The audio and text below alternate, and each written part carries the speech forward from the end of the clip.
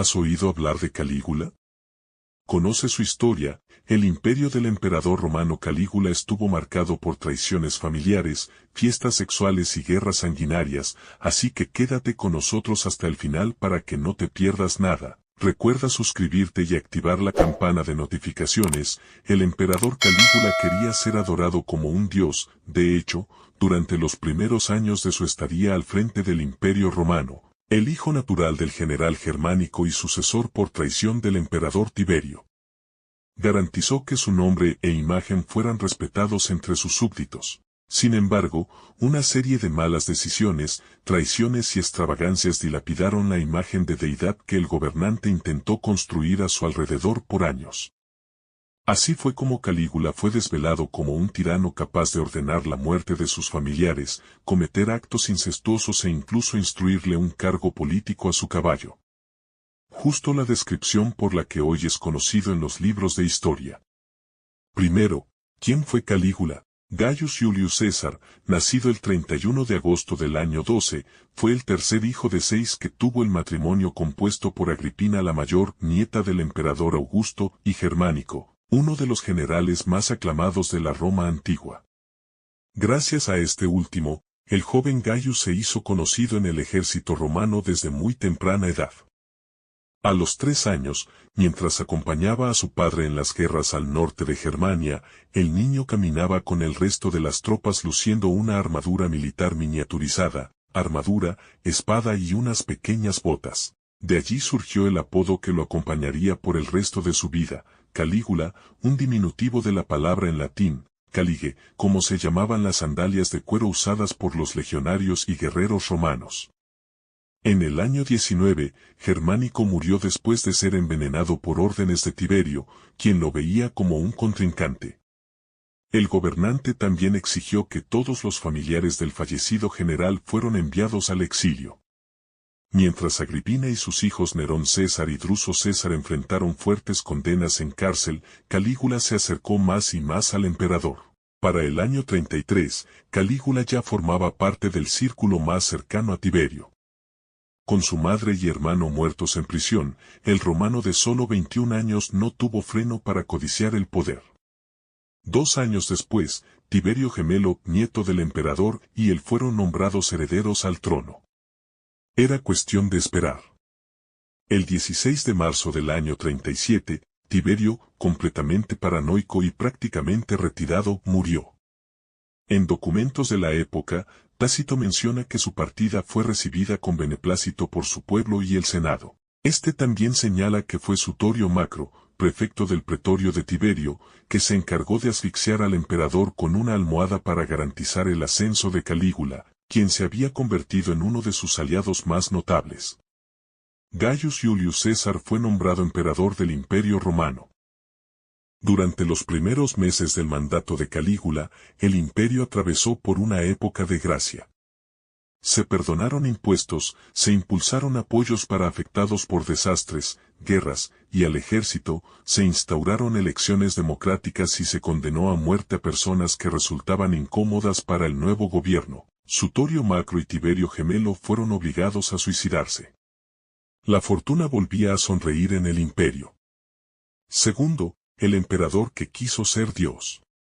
En sus primeros años al frente del destino de los romanos, Calígula intentó establecerse como un dios para los suyos. El haber sobrevivido a una misteriosa enfermedad cuando solo llevaba 1 año como emperador ayudó a esto.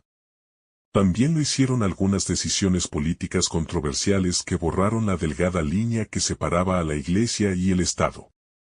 En apariciones públicas, el emperador vestía ropajes que muchos relacionaban a figuras como Hércules o Apolo. Se hacía llamar Júpiter y ordenó la construcción de 3 templos en su honor. Aunque los emperadores solían ser adorados a su muerte, Calígula no quería esperar. A través de una reforma a las leyes, el gobernante exigió que el Senado y el pueblo le rindieran culto en vida. Desafortunadamente para él, la prosperidad que había caracterizado a su gobierno terminó con una complicada crisis económica y política. Esto obligó a que el imperio tuviera que suspender todas las dádivas y comenzar a recabar del pueblo lo más que pudieran. Nuevos impuestos se establecieron, Los testamentos fueron leídos en beneficio de Calígula, los carruajes fueron confiscados. Los senadores comenzaron a planear el derrocamiento del emperador, todos los complots fueron descubiertos e interrumpidos. Tercero, el desenfreno del emperador. Entre los años 39 y 41, el Imperio Romano vivió algunos de sus capítulos más complicados hasta la fecha. Sanguinarias guerras sucedieron en todos los rincones que se buscaban conquistar, revueltas y conspiraciones se levantaron contra el gobierno con resultados mortales para sus responsables. Disturbios asfixiaron sus ciudades más importantes, el pueblo estaba insatisfecho. Calígula, por su lado, no dejaba que esto pusiera freno a su vida llena de extravagancias.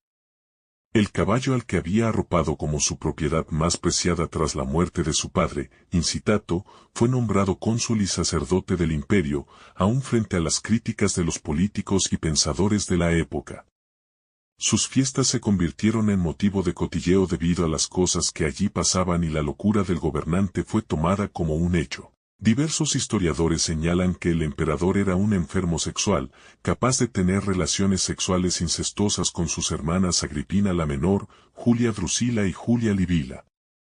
También ordenaba que las esposas de sus súbditos tenían que acostarse con él o incluso prostituirse en su beneficio.